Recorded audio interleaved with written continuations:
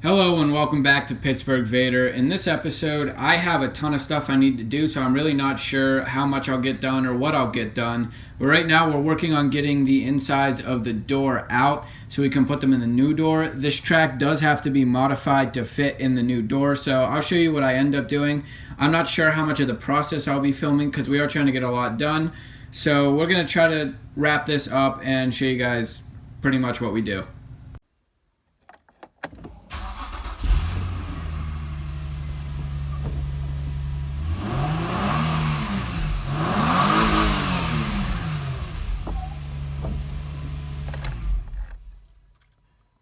Alright, so we're not exactly sure how to do this, but the way we're removing the regulator and everything is we took this panel off. There's a aluminum panel that goes over top. We just unbolted all of that.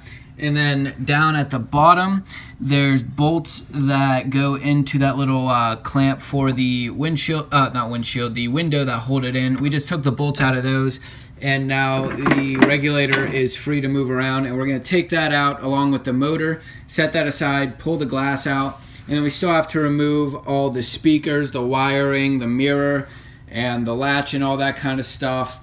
And that all goes into the new door. We're basically taking everything out of the shell of this door and putting it in the new door.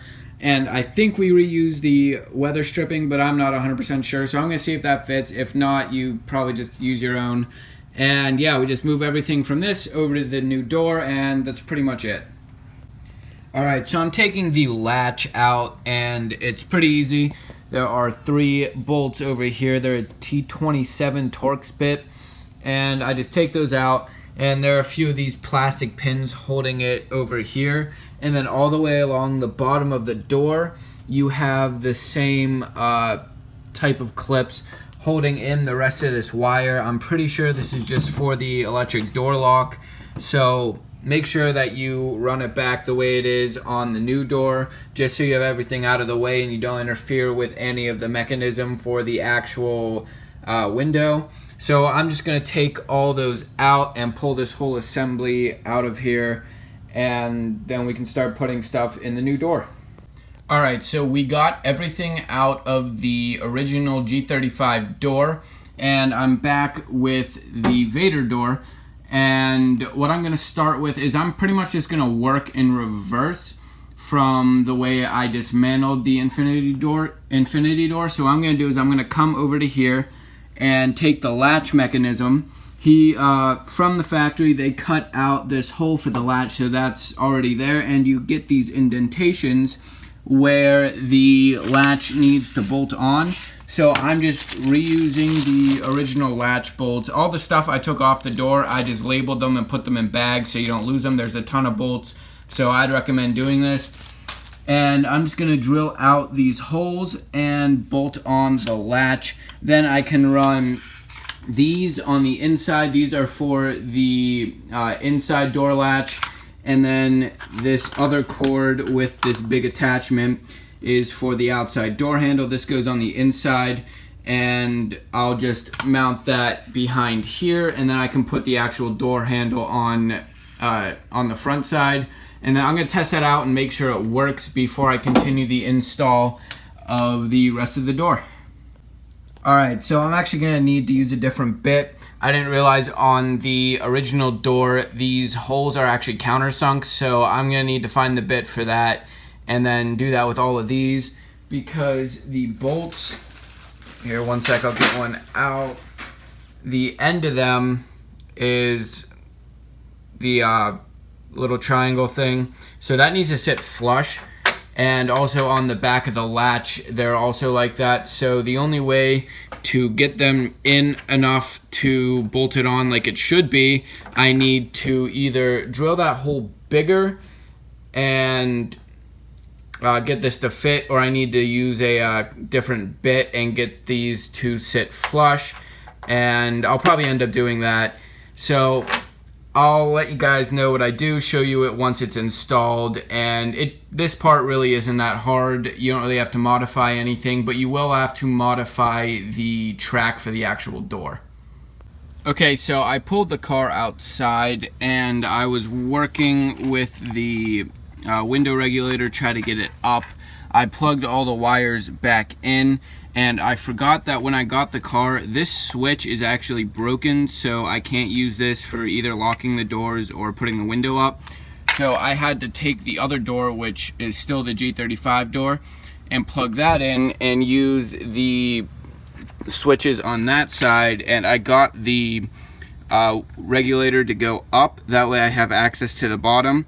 And the way you modify this is, one, you're gonna have to put a screw or a clamp to hold this down so you don't lose tension in the cable, and then you're gonna have to cut across and then take that piece and turn it sideways and then weld across. That way the bottom of this is much higher and you don't hit the bottom of the door, and then you just cut off the rest of the track. So I'm gonna do that and then install it in the door and hopefully get this all working. One problem I am having with the door latch is the fiberglass is a decent amount thicker than the steel on the other door, so these bolts aren't reaching the end of the latch, so I need to either drill that out more and just use the screws or get longer screws. So I'm gonna figure out what I end up doing and let you guys know, but I'm assuming I can just drill a little more and use the stock screws. And you might have noticed I'm jumping around a lot in this video. I'm just trying to get random stuff done, and whatever I get stuck on, I'll skip that for now and just do what I can. So right now I'm going to be installing some more sound deadening. I put a couple pieces on here. It sticks really well and there's no problems with it. Actually works really well. So I'm gonna just keep filling the insides here with that sound deadening mat and just keep going from there.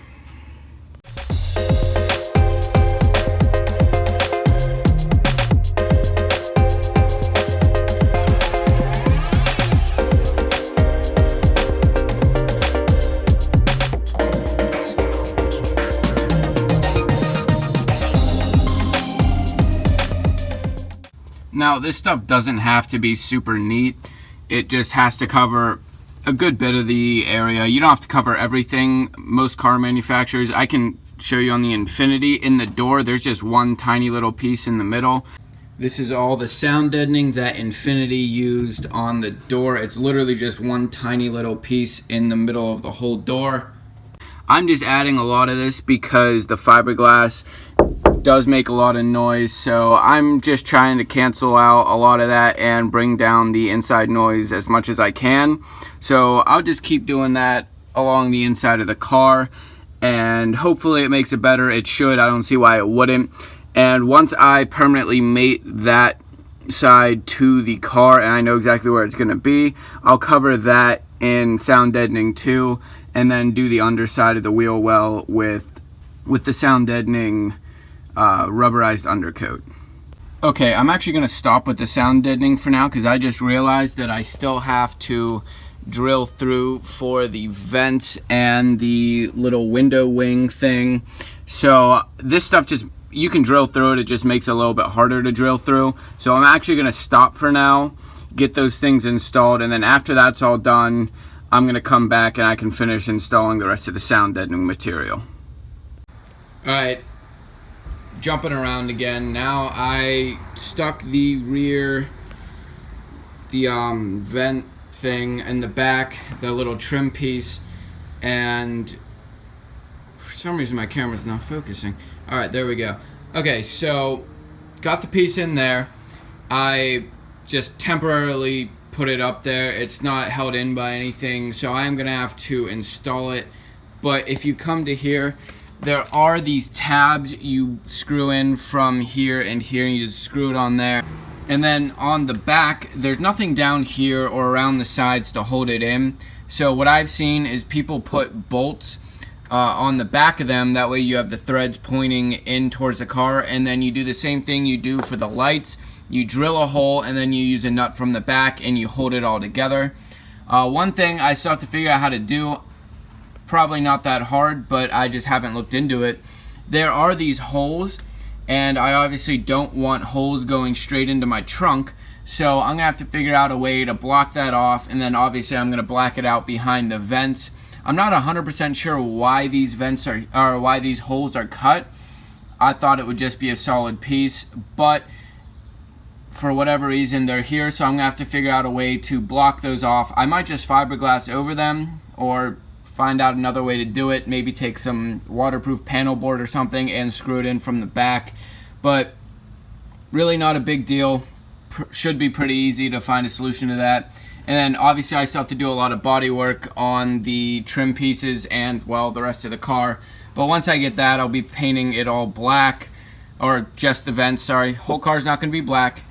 Still haven't released the actual color for the car yet. Well, I've said it a couple times in the comments, but I haven't really said in the videos what color it's gonna be. I do have a color. I already bought the paint.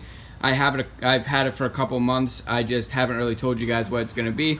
Kind of want it to be a surprise, so not gonna tell you the color of the car, but accents are gonna be black. Not really a huge surprise there. So I'm gonna keep working on some stuff around the car and show you what I end up getting done. Since I'm taking a break from the sound deadening, my dad's gonna work on the headlight and work on getting that wired up here, and I'm gonna come to the back. I have one of the trunk hinges installed, and I'm gonna start working on the other one, get that installed so we can get the trunk in and working. Still don't have the little ball bearing thing for the shock, so not gonna have a shock right now. I have to order some of those online, and I'll get that done and show you guys how the trunk works. And there we go. I got both the hinges in. I have that backing plate behind them, so it's not just bolted straight to the fiberglass. And then we're gonna slide this over top, go from underneath inside and mark where those holes are. And then the way we think we're doing it is there's a backing plate inside, kind of like there is on the doors. And we're thinking we should just drill through and thread those holes, and we can bolt in straight to the trunk and it'll be secure, no problems, and hopefully everything goes smoothly. I'll let you guys know if we run into any roadblocks, but I'm hopeful for this. It seems pretty easy. Alright, so we got the headlights wired. Well, we got one of the headlights wired. Headlights working, daytime running lights working, high beams working, and the turn signal is working.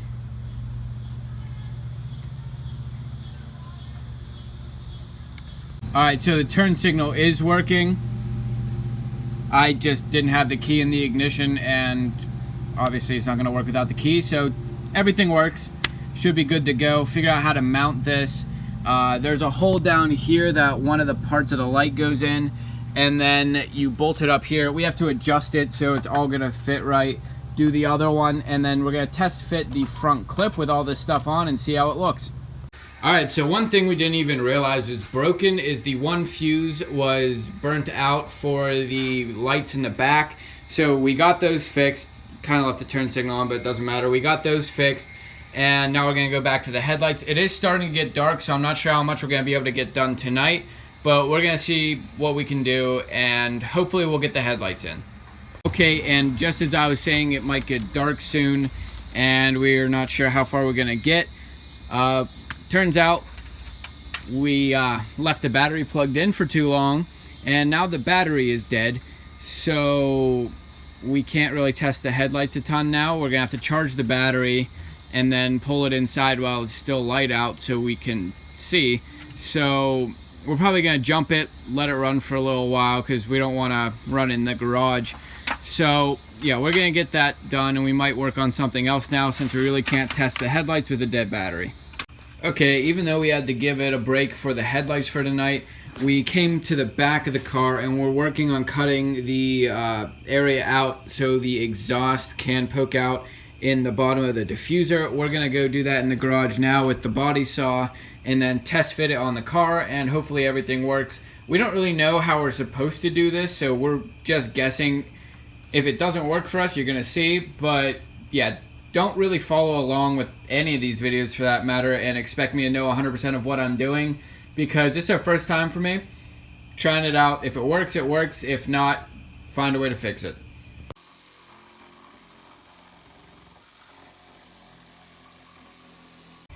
Okay, so we're modifying the diffuser, and if you can see, you saw me install the exhaust. There's these mufflers that go across all the way back that are about the same level as the exhaust tips. So what we ended up doing, probably not the right way to do it, but what we did is we cut the circle for the exhaust tip, and then we had to cut a slot out for the actual muffler itself so it can sit flush. And we test fit it. Everything seems good. We're gonna put it back on right now and I'll show you that. But yeah, probably not the recommended way of doing it, but it seems to work. It's not really much weaker. I mean, obviously it is, but it's not like significantly weaker. And then when we bolt it onto the car, it should be fine, should have no problems. If we need to, we can support the back of the holes and stuff, but for now we're just gonna leave it like this because it works. Alright, there we go. The diffuser is on the car. It's not permanent by any means. I haven't connected it at all except for just sliding it into the little slits on the back. I still have to actually bolt it on, but I'm gonna do body work on it first and get it to look good before I actually permanently mount it to the car. One thing that I am gonna have to adjust is the exhaust tips. Now, the holes we cut on the diffuser, they're even. They're in the same spot. The exhaust tips are actually not. The one over there is crooked a little bit, and I'm assuming that's just a defect from the factory. And whenever I get the mufflers replaced with resonators, I'll have the shop correct that and make them straight. So I'm not too worried about that. I'm just gonna leave that for now. So until the car is completely done, these are gonna be crooked. So it's a little bit of a downside, but not really. I'm gonna get the rest of it done, but that is it for tonight. And that's the end of the video. So thanks for watching and stay tuned for the next one.